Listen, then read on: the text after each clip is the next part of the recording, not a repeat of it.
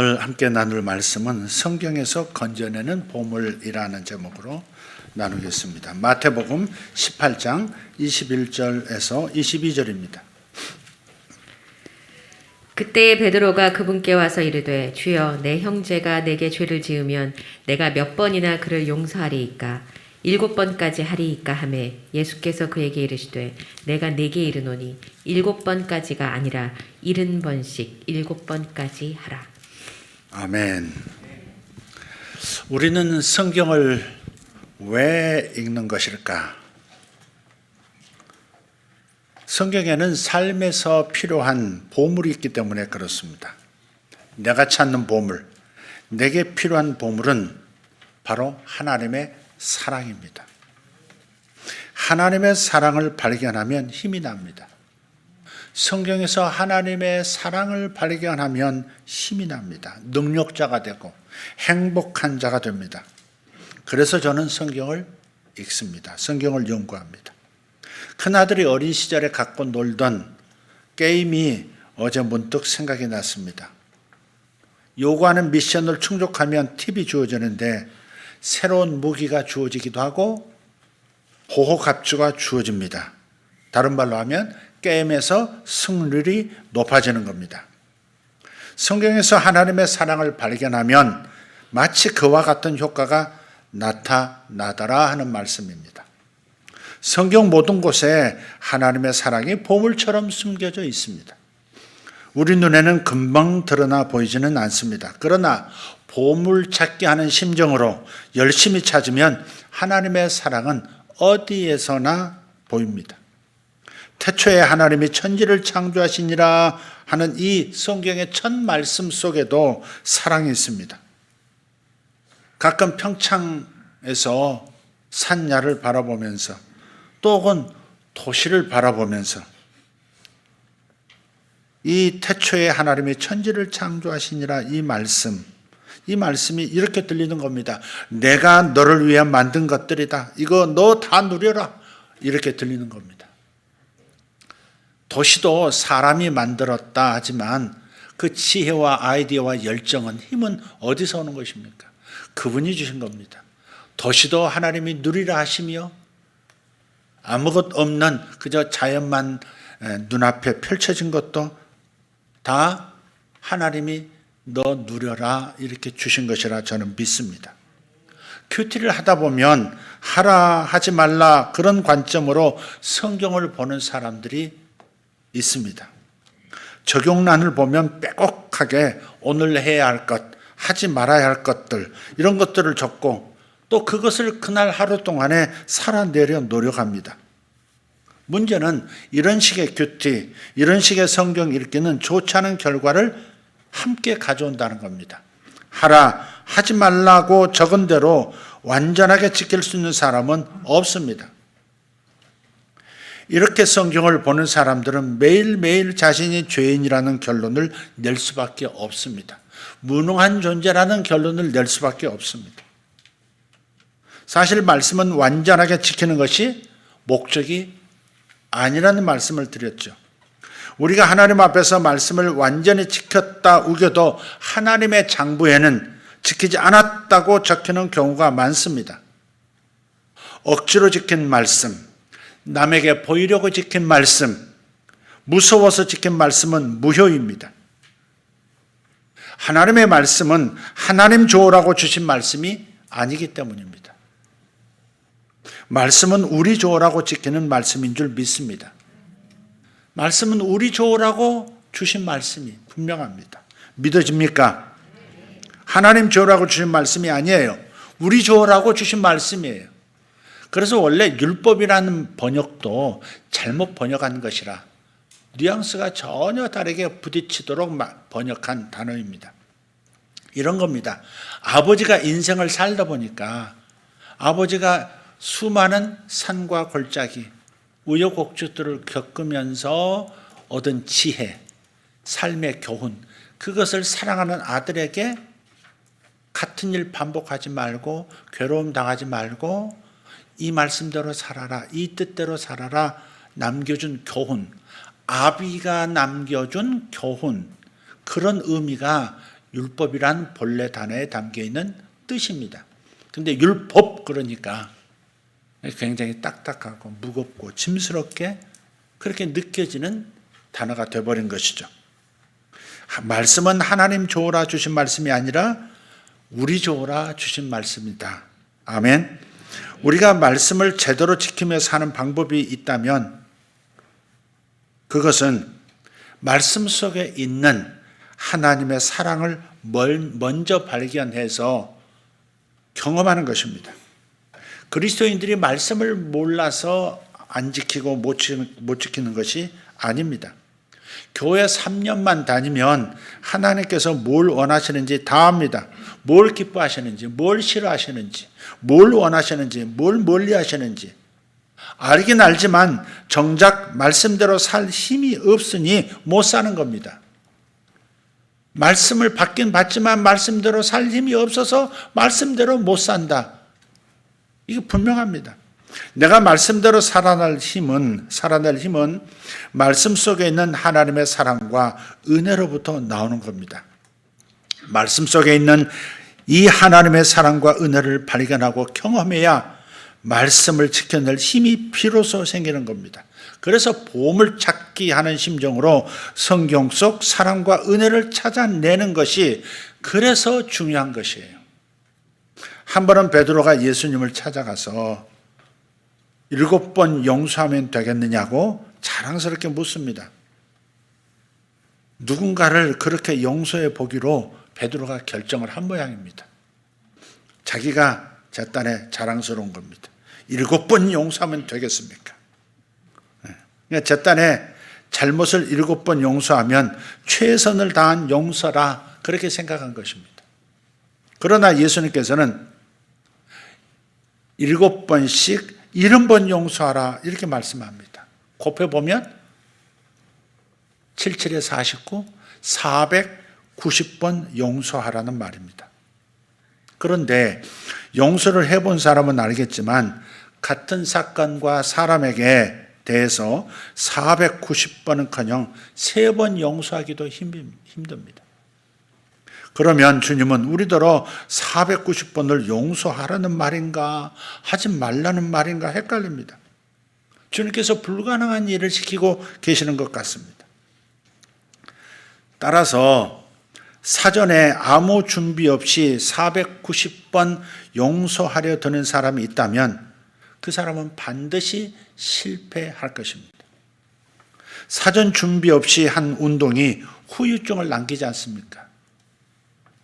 마찬가지로 용서에 실패해서 죄책감이라는 후유증만 남길 것이 뻔합니다. 그러니 사전 이해, 사전 준비 없이 용서하려고 드는 것은 자의 행위와 같다 하는 말씀입니다. 주님의 이 말씀은요, 베드로에게 대답하신 이 말씀은 네가 490번 용서하라 이 말이 먼저가 아닙니다. 너 490번 용서해 그 말이 아니에요. 내가 베드로 너를 그런 식으로 지금 용서하고 있다. 그런 뜻으로 말씀하신 겁니다. 그래서 성경 속 보물찾기라고 하는 겁니다. 이것이 영적인 사전 준비 운동이에요. 하나님의 사랑과 은혜를 발견하는 성경 속 보물찾기. 이런 사전 준비 운동을 충분히 해야 베드로에게 490번이라도 용서하고 싶은 힘이 생기는 겁니다.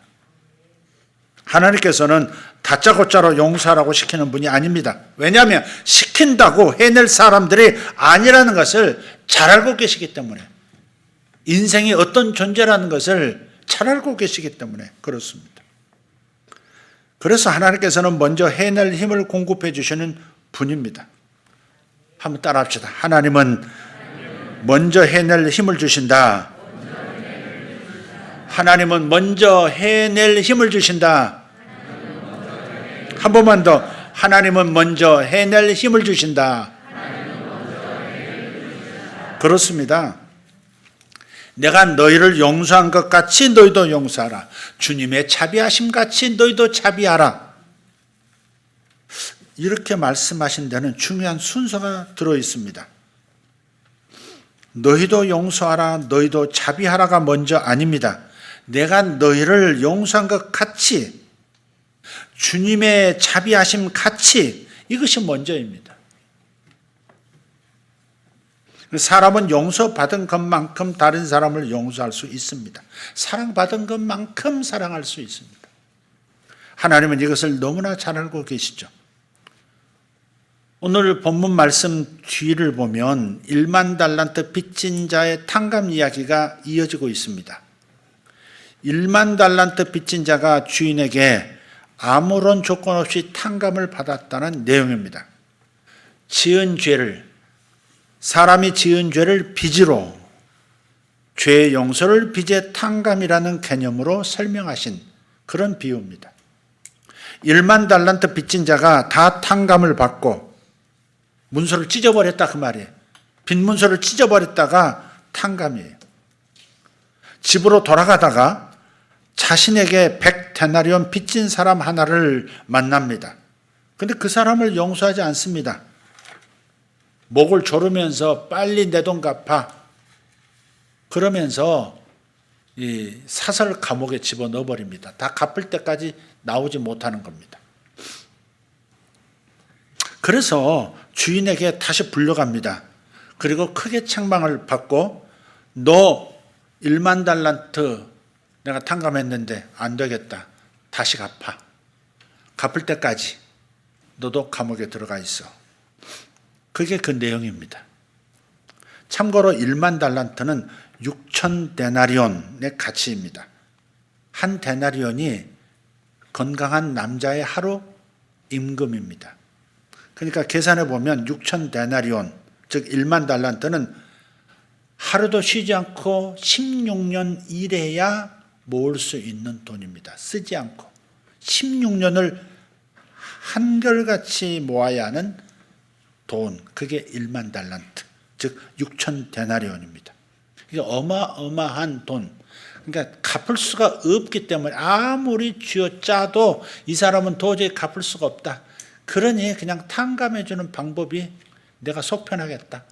그래서 주인이 자신을 위해서 문서를 찢었던 겁니다.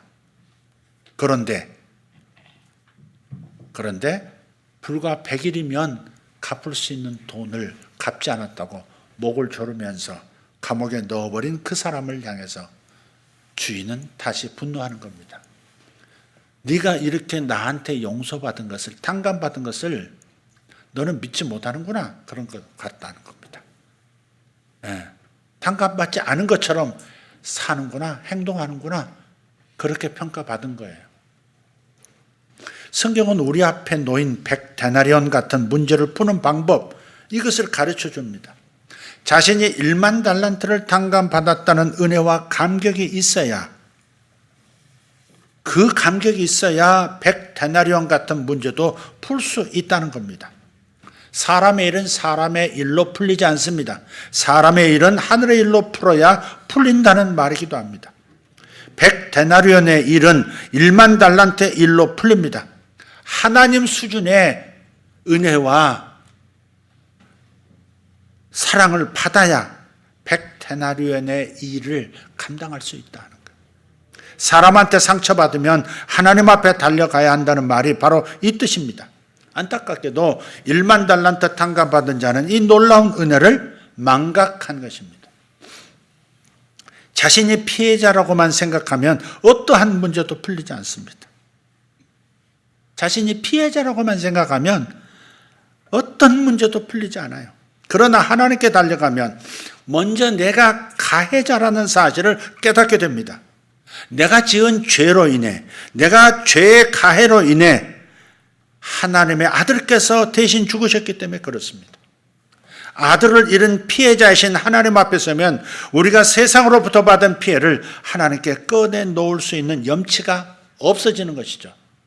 그걸 수시로 꺼내고 생각해낸다고 하는 것 자체가 내가 하나님 앞에 죄를 지어 가해자 노릇했던 것을 생각하지 못하는 겁니다. 지난번 잠깐 언급했던 영화, 송강호, 전도연 주연이 주연한 밀양이라는 영화가 있습니다. 주인공 신혜는 자신의 아들을 유괴해서 죽인 살인범을 교도소로 찾아갑니다. 아들을 잃고 신앙생활을 시작한 시내는 살인범을 용서해야겠다 하는 그 부담감을 느꼈던 겁니다. 쇠창살을 가운데 두고 시내는 다정한 목소리로 살인범에게 말합니다. 잘 지내셨어요? 건강하셔야죠. 제가 만난 하나님의 사랑을 전하러 왔어요. 그런데 이때 가해자의 입에서 전혀 뜻밖의 말을 듣습니다. 아, 당신도 하나님을 만나셨군요. 저도 감옥에서 하나님을 만났어요. 하나님께서 저의 죄를 용서하셨어요. 그래서 평안히 찾아왔습니다. 지금은 자나깨나 기도하면서 행복하게 살고 있답니다. 이 말을 듣고 있던 그 순간에 시내는 뛰쳐나가면서 미쳐버리고 하나님을 대적하기 시작합니다. 사실 기독교 복음의 본질을 정확하게 보여준 사람은 시내가 아니라 감옥 안에 있던 그 살인범입니다.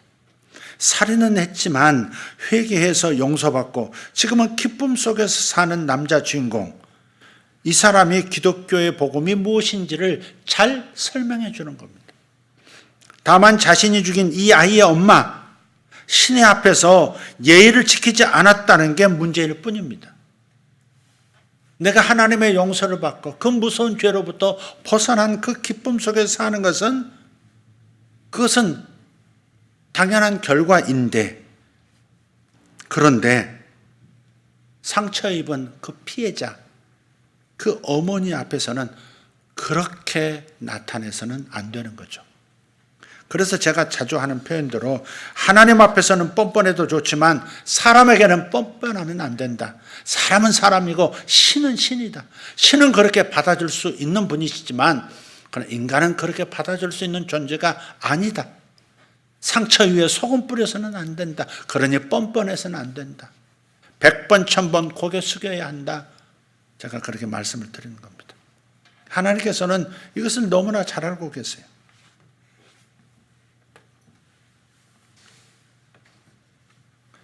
그런데 시내는 너무나 힘겹게 살인범을 용서하러 갔습니다.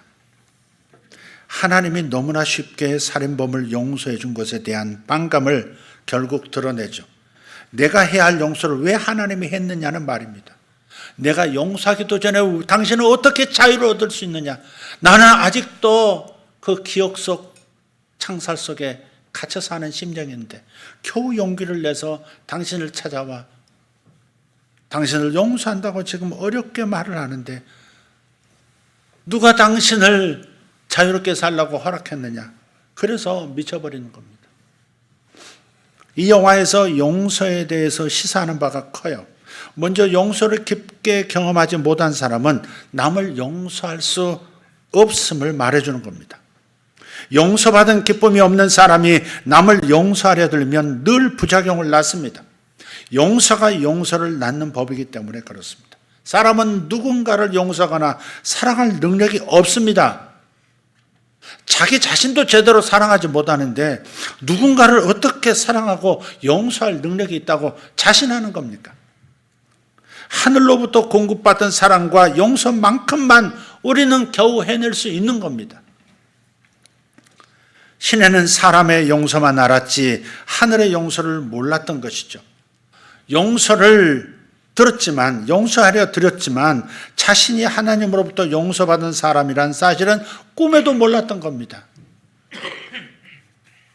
자신도 하나님의 아들을 죽인 가해자였다는 사실을 모른 채 자신의 아들을 죽인 살인자를 찾아간 게 문제였습니다. 490번의 용서가 얼마든지 가능한 관계가 딱 하나 있습니다. 이 세상에 490번 용서가 가능한 관계, 딱 하나, 부모와 자식 간의 관계입니다. 사랑하니까 용서가 가능하기 때문입니다. 용서해야 한다는 그 당위성과 결심이 중요한 것이 아니라 어떤 관계냐가 490번의 용서를 결정짓습니다. 우리 부모에게 할 수 있는 최고의 칭찬이 있습니다. 아들이 아버지보다 낫네요. 아들이 아버지보다 훨씬 낫네요. 이 말에 기분 나쁠 아버지는 없습니다. 이 말 듣고 기분 나쁘면 틀림없이 콩가루 집안이 분명합니다. 아버지가 아들보다 못났다고 무시받았는데도 아버지는 기분이 좋아지고 자랑스러워지기까지 합니다. 내 아들이 나보다 낫다는 것이 좋기 때문에 그렇습니다. 이것이 관계의 능력입니다. 관계가 되면 어떤 무시를 받아도 상처받지 않습니다. 어떠한 용서도 가능하게 됩니다. 그 외에는 무조건 사랑을 먼저 받고서야 사랑이 가능해지고 용서가 가능해집니다. 부모와 자식 간의 관계 외에는 무조건 사랑부터 받아야 한다는 것, 은혜부터 받아야 한다는 겁니다. 그래서야 사랑이 가능해지고 용서가 가능한 존재가 인간이다.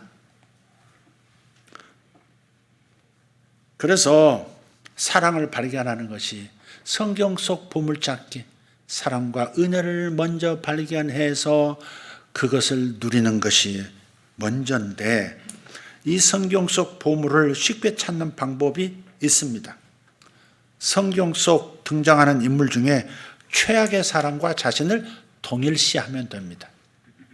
설교자의 세계에 불문율처럼 내려오는 이야기가 있습니다. 자신을 예수님이나 성경 속 상태가 좋은 인물로 전제하고 설교하면 절대 은혜가 없다는 겁니다. 이러면 교훈은 줄 수 있을지 모르나 은혜와 감동은 없어집니다. 예수님과 가룟 유다가 있으면 자신을 가룟 유다라는 전제로 말해야 합니다. 그래야 설교를 듣는 회중도 자신을 가룟 유다와 동일시해서 말씀을 듣기 때문에 그렇습니다. 잘 보면 십계명 안에도 하나님의 사랑이 들어 있습니다. 십계명은 하나님을 위해 만드신 계명이 아닙니다. 아까 말씀드렸죠? 말씀은 하나님 좋으라고 주신 것이 아니다. 우리 좋으라고 주신 것이다 그랬죠? 십계명은 하나님을 위해 만드신 계명이 아닙니다. 사람을 위해 만드신 계명입니다. 사람 잘 되라고 주신 사랑이 담긴 계명, 그게 십계명입니다. 사실 계명대로 살 때 덕보는 쪽은 하나님이 아니라 우리 자신입니다. 우리가 계명을 지켜서 하나님이 덕을 보신다면 그분은 maybe, yes, 신이 아닙니다. 왜냐하면 사람의 덕을 본다는 말은 부족한 부분이 있다는 말이 되기 때문에 그렇습니다. 하나님은 사람의 덕을 보실 필요가 없는 완전한 신이신 줄 믿습니다. 하나님께서 우리더러 십계명을 치열하게 지켜보라 하신 이유가 세 가지가 있습니다. 그 계명대로 살 힘이 없다는 것을, 완전하게 살 힘이 없다는 걸 아시면서도 십계명을 지켜보라 이렇게 말씀하신 까닭, 명령하신 까닭 세 가지, 두 가지만 말씀드리겠습니다. 첫째는 자신이 정말 죄인임을 알게 되는 겁니다. 십계명을 정말 지키려고 몸부림하다 보면 자신이 죄인이라는 사실을 깨닫게 된다. 계명을 완전히 지킬 수 있는 사람은 지구상 어디에도 없죠. 사도 바울조차 죄에 대해 이렇게 고백합니다. 로마서 7장 24절 말씀. 오호라 나는 곤고한 사람이로다. 이 사망의 몸에서 누가 나를 건져내랴. 제가 조금 지쳐가지고 발음이 좀 셉니다. 7장을 7징이라 그러잖아. 눈치채셨습니까? 7징. 로마서 7징 24절 이렇게. 오호라 나는 곤고한 사람이로다. 이 사망의 몸에서 누가 나를 건져내랴. 사도 바울도 율법을 다 지키지 못했다 하는 고백입니다. 사람은 계명을 치열하게 지켜봄으로 자신이 죄인임을 인정하게 돼요. 이것이 하나님의 계명을 우리에게 주신 첫 번째 목적입니다. 로마서 3장 20절에 그렇게 나와요. 그러므로 율법의 행위로 그의 앞에 의롭다 하심을 얻을 육체가 없나니 율법으로는 죄를 깨달음이니라. 율법으로는 죄를 깨달음이라. 율법의 용도, 율법의 의도, 율법의 목적은 죄를 깨닫게 하는 것. 그것이 첫 번째 목적인 거예요. 우리가 계명을 완전하게 지킬 것을 하나님은 아예 처음부터 기대하지 않으셨습니다. 본래부터 완전히 지키라고 주신 것이 아니기 때문에 우리가 계명을 지키지 못했을 때 죄를 면하기 위해 드릴 수 있는 제사인 속죄제를 친절하게 알려주신 것만 보아도 알 수 있습니다. 바리새인과 서기관들은 예수님께 나와서 저는 계명을 완전히 지켰습니다라고 말을 합니다. 율법의 형식으로는 지킨 것이 맞습니다. 살인하지 않았다. 간음하지 않았다. 율법의 형식으로는 지킨 것이 맞아요. 그러나 율법의 정신과 내용은 지키지 않았습니다. 율법의 정신은 하나님을 사랑하고 이웃을 사랑하는 마음이기 때문에 그렇습니다. 사랑 없이 지킨 율법은 하나님의 장부에 지키지 않았다고 기록이 되는 거예요. 다시 말씀드려요. 사랑 없이 지킨 율법, 형식적으로 지킨 율법은 하나님의 카운트 장부에는 지키지 않았다. 이렇게 기록이 된다는 것 기억해야 합니다. 이때 예수님은 구약 성경 어디에도 없는 말로 계명의 수준을 확 높여버립니다. 단순히 간음하지 말라 하던 그 계명은 여자를 보고 음욕을 품으면 이미 간음한 것이라고 수준을 높이셨습니다.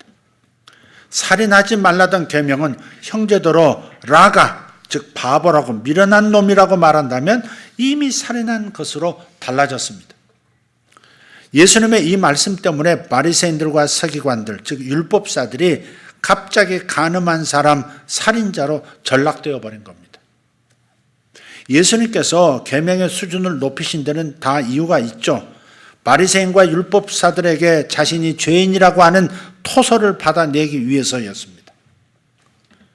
나는 병자입니다라고 인정할 때라야 의사가 찾아지듯이 자신이 죄인이 되고서야 그들은 구세주를 찾을 것이기 때문에 그렇습니다. 이것이 율법과 계명을 주신 궁극적 목적, 의도입니다. 바리새인과 율법사들은 형식적으로는 계명을 다 지켰습니다. 그러나 계명의 온전한 정신까지 지킨 것은 아니었습니다. 안고 빼고 밀가루, 빵만 내놓은 겁니다. 하나님도 우리더러 계명을 완전히 지킬 수 있으리라고 믿어서 주신 것이 아니었습니다. 죄인임을 고백하게 하려는 것이 계명을 주신 주된 기능입니다. 사람은 자신이 죄인이라 시인하면 스스로 자신의 죄를 해결할 수 없음도 고백하게 됩니다. 그래서 비로소 대속해 줄 예수님을 찾게 되는 것입니다. 그래서 율법은 우리를 예수님께로 인도하는 몽학선생이라고 갈라디아서는 말합니다. 몽학선생은 고대 세계에서 부잣집 가장은 자기 아들을 일일이 돌볼 사업하기 때문에 시간이 없습니다. 그래서 그 아들을 맡아줄 몽학선생이라는 선생 하나를 가정교사를 붙입니다. 몽학선생은 가정교사입니다. 근데 이 가정교사가 자기가 직접 가르친다가 아니라 그 아이를 학교에 데려다 주고 끝나면 데려오고 숙제하는 것을 도와주고 점검해주고 그렇게 해서 하는 역할자, 그게 몽학선생입니다. 그러듯이 사람 스스로 죄를 해결할 수 없어서 결국 대속주인 예수님의 필요성을 인정하게 하는 그 율법, 그게 바로 몽학선생이라는 겁니다.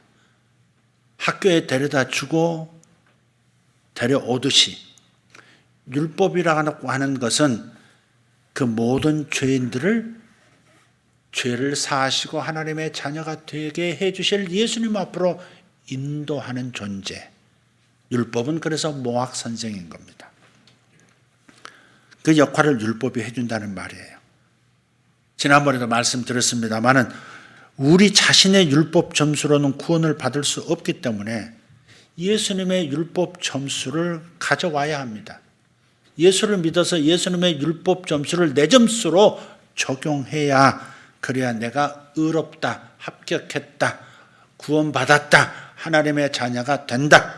이게 가능해진다는 겁니다. 그래서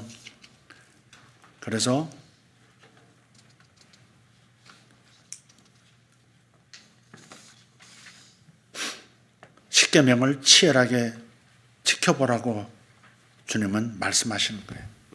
첫째로 자신이 정말 죄인임을 알게 해주는 것, 그것이 율법입니다. 두 번째, 우리가 복을 받고 상을 받습니다. 구원을 받는 것은 오직 하나님이 해주시는 것이지만 복을 받고 상을 받는 것은 나 하기 나름입니다.